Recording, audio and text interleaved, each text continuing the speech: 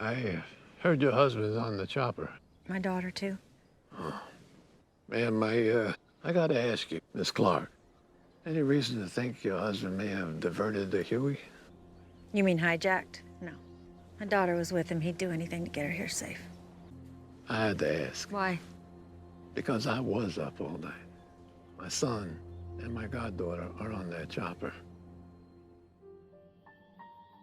Hey guys, Kiwi here. In this video, I'll be breaking down and analyzing Season 3 Episode 2 of Fear the Walking Dead, and God is this ever a heavy episode. With that being said, serious warning of spoilers, and let's jump right into this. The episode starts with a complete shit show as Travis, Lucy, and Alicia are still in the helicopter, but it's shown to be nighttime now. Jake says that they want to take the helicopter up higher in order to get there faster, but his co-pilot advises that it's not a good idea but that it's his call. Although Jake does this in order to get Luciana medical treatment, they end up getting shot and almost go down. As bullets shoot through the helicopter windows and up through the floor, Travis actually gets shot multiple times. So I'm sitting there wondering if it's just a graze on his neck or what the deal is, and he starts saying help me. He unbuckles his seatbelt and starts opening the damn helicopter door. Alicia tries to get him to stay in his seat, yelling at him saying that he's just in shock, but she looks down to see that his guts have been blown out as well. Once she realizes that Travis is too far gone, she lets him fall but still screams after him. The title card plays as we fade out from Alicia crying, and I can't fucking believe that they just randomly killed off Travis like this. Now apparently when they were getting attacked, the attackers shot up through the helicopter, hitting Travis from below. Apparently a bullet went in through his waist and the bullet came out the back of his neck. And I feel like they definitely could have shown the way Travis got shot better, but they purposely wanted to keep it a mystery as they didn't want the viewers to see his intestines coming out until Alicia did herself. And speaking of that, the intestines were blown out because I assumed that he got shot twice and the second bullet came out of his stomach. And you know, I had heard that his actor was cast in the new Avatar movies, but I thought that he'd at least still be in the show until the end of the season or the end of Season 4. And now I'm just realizing that we hardly even saw him in any of the trailers, so they did a damn good job at not making it obvious that Travis died at the beginning of the second damn episode. So as they needed to make an emergency landing with the helicopter, they wait until morning while Lucy seems to be about as stable as she's going to get.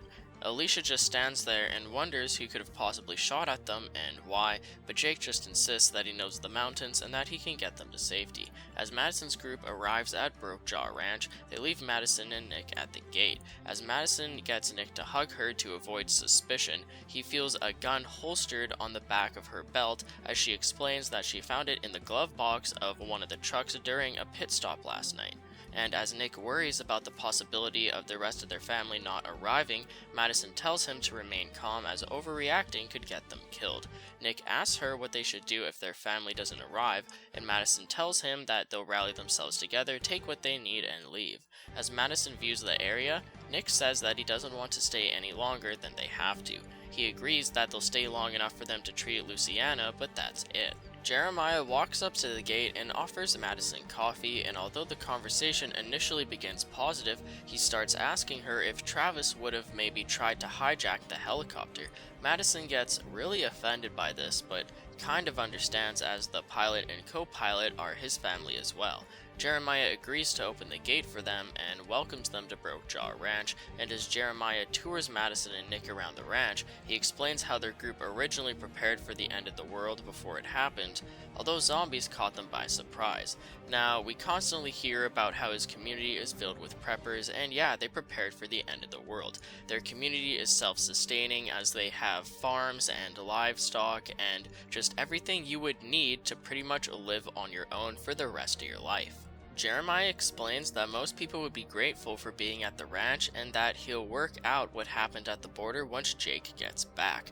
Jeremiah gives them a home to stay at and recommends shaking out their mattresses due to scorpions. Madison thanks him as he leaves, and Nick gets offended by this. He starts acting out due to the feeling of guilt because he led everyone to the border in the first place and he doesn't like the fact that they're there. Nick led Lucy and her people there, and the rest of his family went there looking for him as well.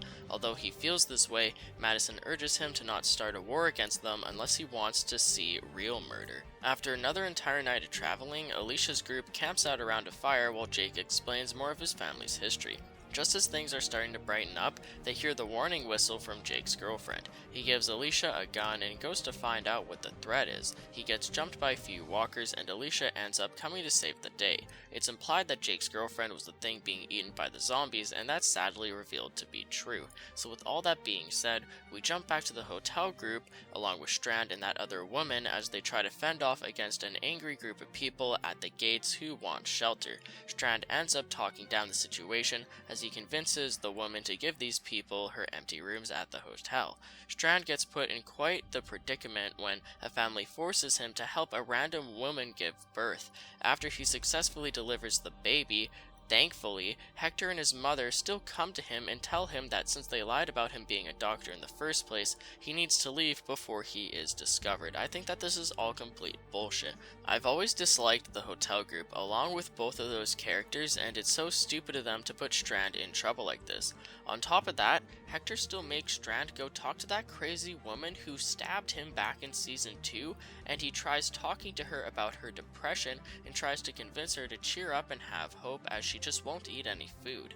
He explains how he delivered a baby and that the hope of a new generation is truly inspiring. The woman thanks him for everything that he's done and she gives him a gift before walking off of her balcony and killing herself. From the moment that he opened the door to the balcony, it was obvious that she was going to jump, but they made it more slightly surprising by having her kiss Strand on the cheek first and thank him before telling him that there's no new generation.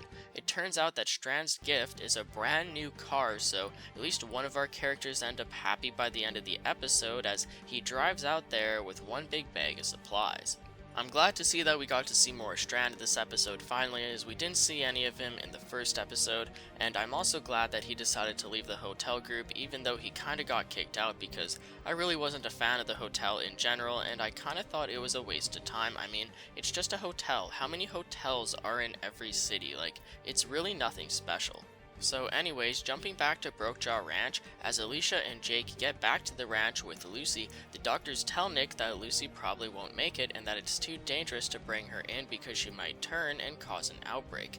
Right as Alicia tells Madison that Travis is dead, Troy walks up to Lucy and points a gun at her head. Nick begs to be able to kill her himself, and at that moment I knew he was going to take Troy's gun and point it at him. I was really hoping that Troy agreed, and thankfully he does, as I completely agree with what Nick does here, as I'd be damned to have Lucy be shot right then and there after everything she's been through during these first 2 episodes. Jeremiah agrees to let her in if she still has a pulse, but he says that Nick needs to give him the gun first. Nick agrees and they let Lucy in on a stretcher. Madison asks Alicia to leave her alone, and Madison goes and has sort of a breakdown by a tree on a hill. Jeremiah greets her as he tries conversating to her about her loss. He tells her that it's his job to make sure that she's not a threat, and he asks her to sign for the gun that she took from the truck on the way to the ranch. Now it's really nice how he decides to not yell at her for this, as he knows that she stole the gun and he mentions that he knows this but that he just wants her to sign for it because he wants to trust her if he's gonna let her start living at his community with all of his people that he's worked so hard to succeed with. So later on, Alicia comes to check on Nick and Lucy, and he thanks her for bringing Lucy back and keeping her safe.